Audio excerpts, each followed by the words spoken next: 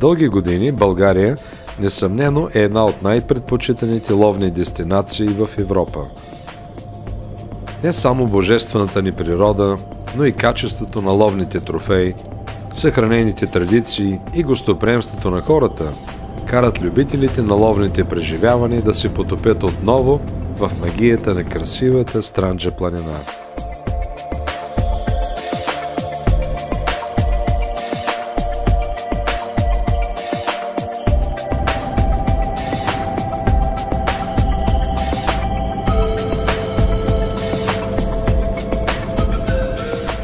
Васил Терзийски често е ловувал тук, а днес гостува и наш екип, който с Соня Андонова ще остане 2-3 дни.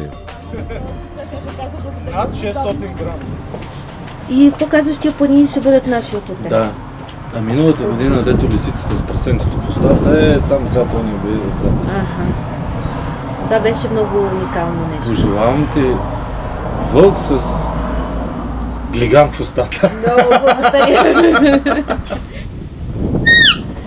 По-кратко и рязко. Да, и когато му подарихме свирката, нали, аз казах този случай, покажа за какви свирки говорим. Пред всички ловци, да. Да. Завите върху гумичката. Да. Ето, да. От любопитство да се покаже на нас, ни трябва за една минутка да се покаже. Много една минута, 10 секунди. И секунди да са. 3 секунди да го преценим, 3 да се прицелим и да, и една за стрелба. Заповядай. И едното и другото. Васил сподели с приятелите си, че ловно стопанство Гогово нивище в Странджа е сред тези места в България, в които бил ли си веднъж, не можеш да ги забравиш.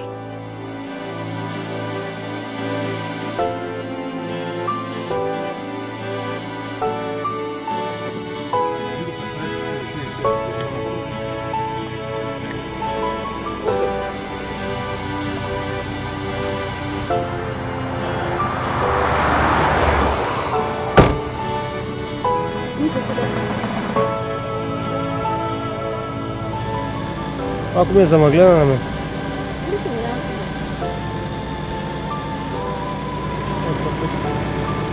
Перфектно ли? Айде, на слука. Дано. Благодаря. Да и чуем гласа. Трябва.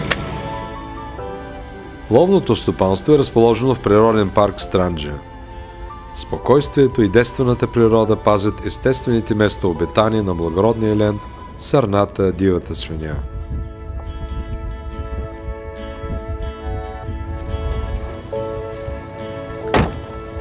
Богатството на ловната фауна е представено също от горски бекас, дива патица, вълк, чакал, лисица, заек и други.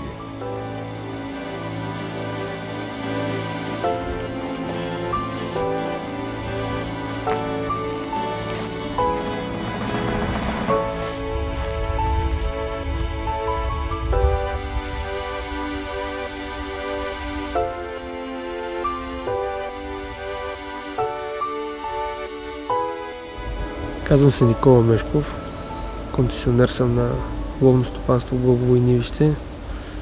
Намира се в Странджа планина, на територията на ДГС Малко Търново. От 4 години сме концесионери.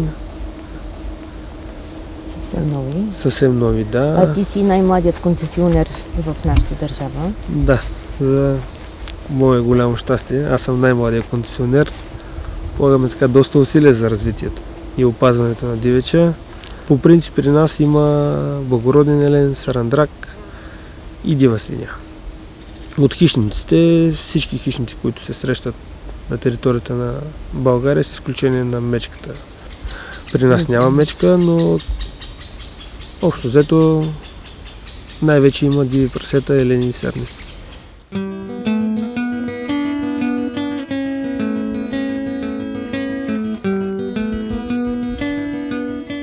Намираме се в стопанство Гогово нивище, което се намира до град Малко Търново. Понеже сме трима ловци, които ловуваме, се разделяме на 3. Всеки поема в една посока, за да имаме по-голям шанс да отстреляме животно. Нас ни изпратиха специално мен на една полянка, която се намира по този път, като се върти на 300 метра надолу. Да идем да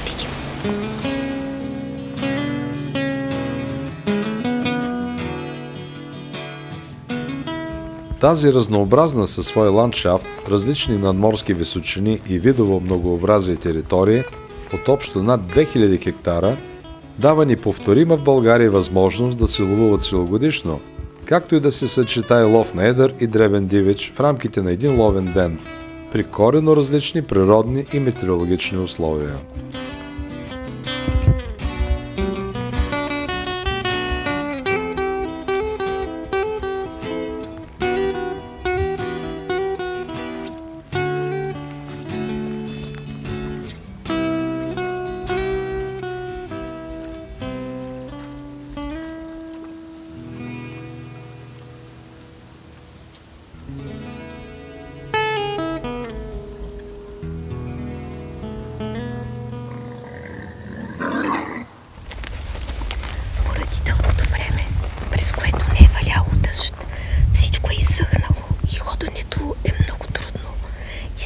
Шум от всяка стъпка, затова трябва да бъдем максимално тихи.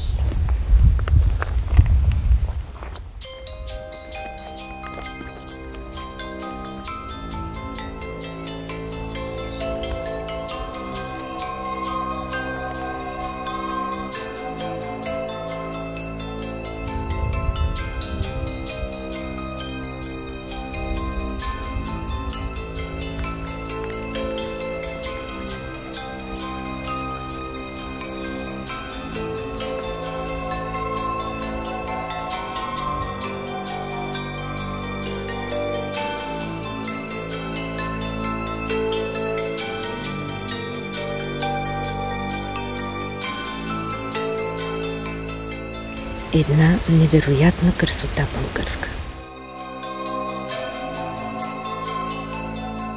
Освен лов, може да прекарате незабравими часове, отдавайки се на екотуризъм по създадените в Странджа екопътеки.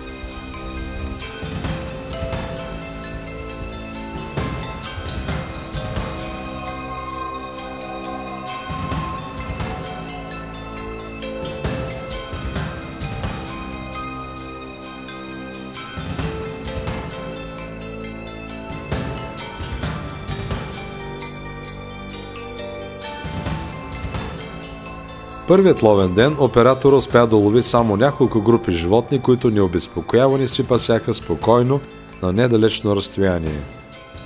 Соня искаше да намери хубав страндак, затова се бе въоръжила с търпение, както винаги.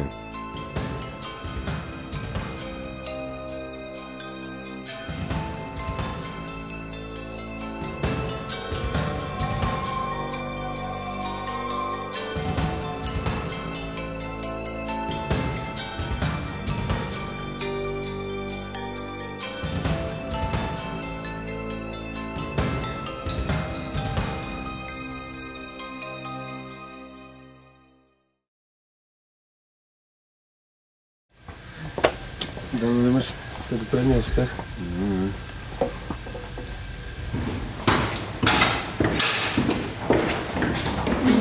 Доброто. Маслука.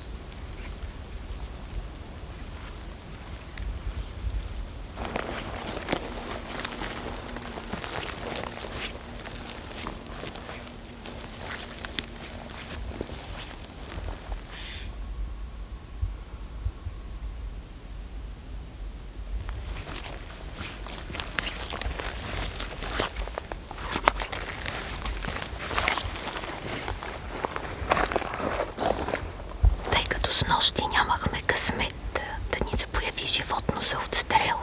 Тази сутрин още от 5 часа отново сме на ход. Търсим срандак.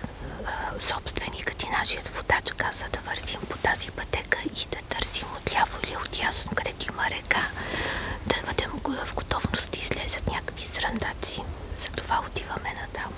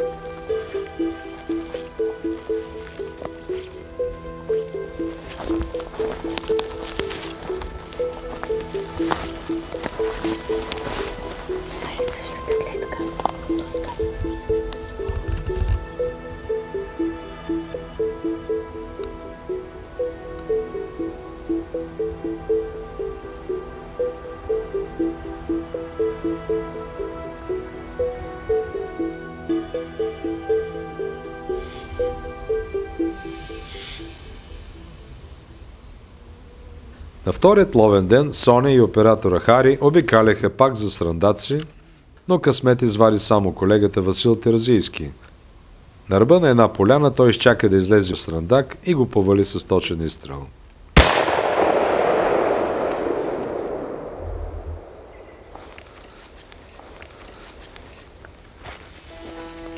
Ето там излезна, ето е пътеката, аз винаги тук вървя.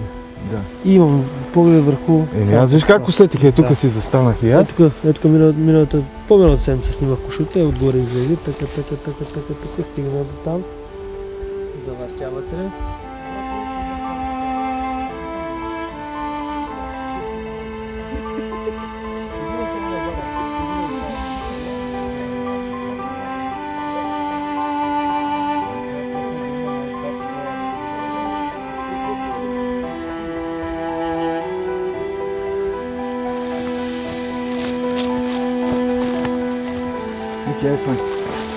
Само че трябва да го обърнем така. Ще го обърна. Да може да... Красавец.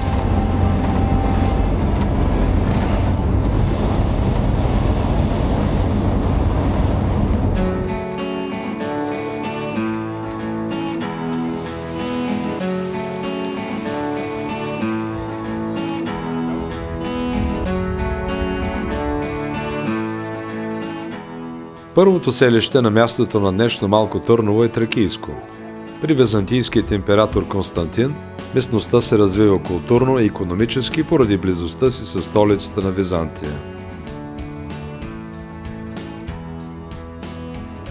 Жителите на град Малко Търново и селищата от региона са потомци на старо българско население. В отколешно време те са живели в малки селища и колибарски поселения около днешното Малко Търново. Това се потвърждава от наличните документи и научни изследвания. Независимо от миграционните процеси, етнодемографският състав на населението в Малко Търново и района си остава чисто български. Днешният град е създаден в края на 16 век. с това се препитавали. И растениевъдството наистина, че е било развито по-слабо, защото ни е планински районът, но хората все пак са трудили и са изкарвали прехраната. Отсирането мицвари са правили, изкарат, под река да го слагат, изпират го хубаво да си пусне мръсотията и да остане чиста вълната. Простират я, съхне и след това я прибират пак в чувалите на врътката. Ако искат два ката, премотават, правят два ката, пресупва се, както Танята тук пресупва.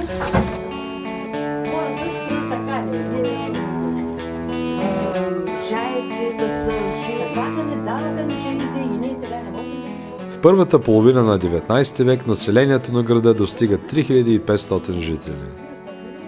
Основният поминък е бил овцевъдството и занаятите, свързани с него, както и добивът на мрамор.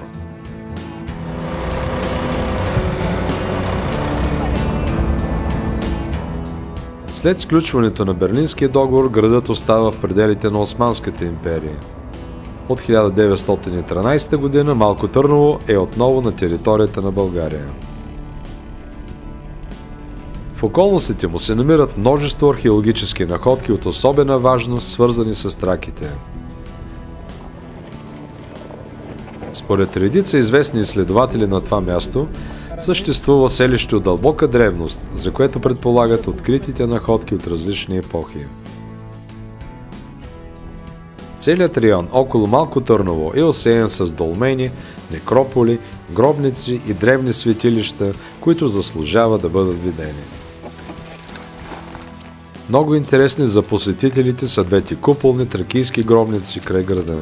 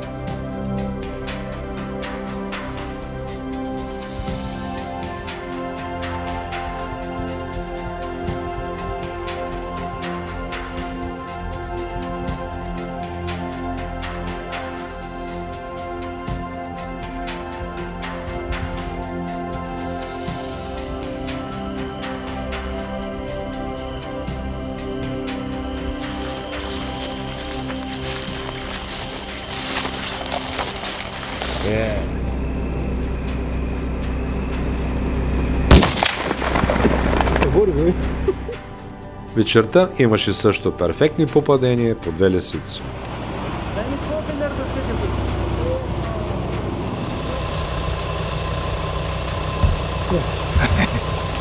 Ма пак изстрел, гледай, къде трябва? Да.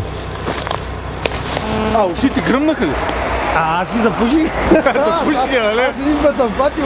Обаче, Ева, опитен си, видиш, веднага да знаеш бързо реакция как се прави. Ама да, иначе как... Аз обаче казах, че става да видим.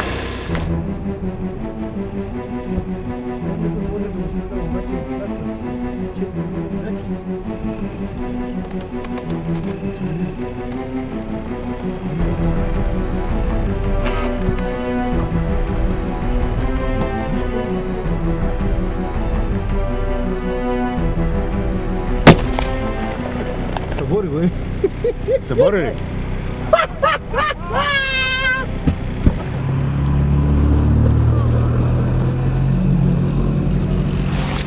Това беше... По-ведричко беше. Ма лисица ли беше, такава ли беше?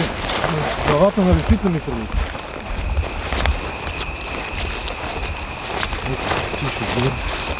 Ето, лисица. Главата яра. Мали. Мали. Това е пак тази годишна. Айде пак снимка. Тая е друга. 2. Ето. Къде? Аз ще изместя сега. Добре отгоре. Добре, снимай, давай. Ама аз очаквам, че това да е. Затова ти казвам, дай ми се на ръководство, ще вижда добре.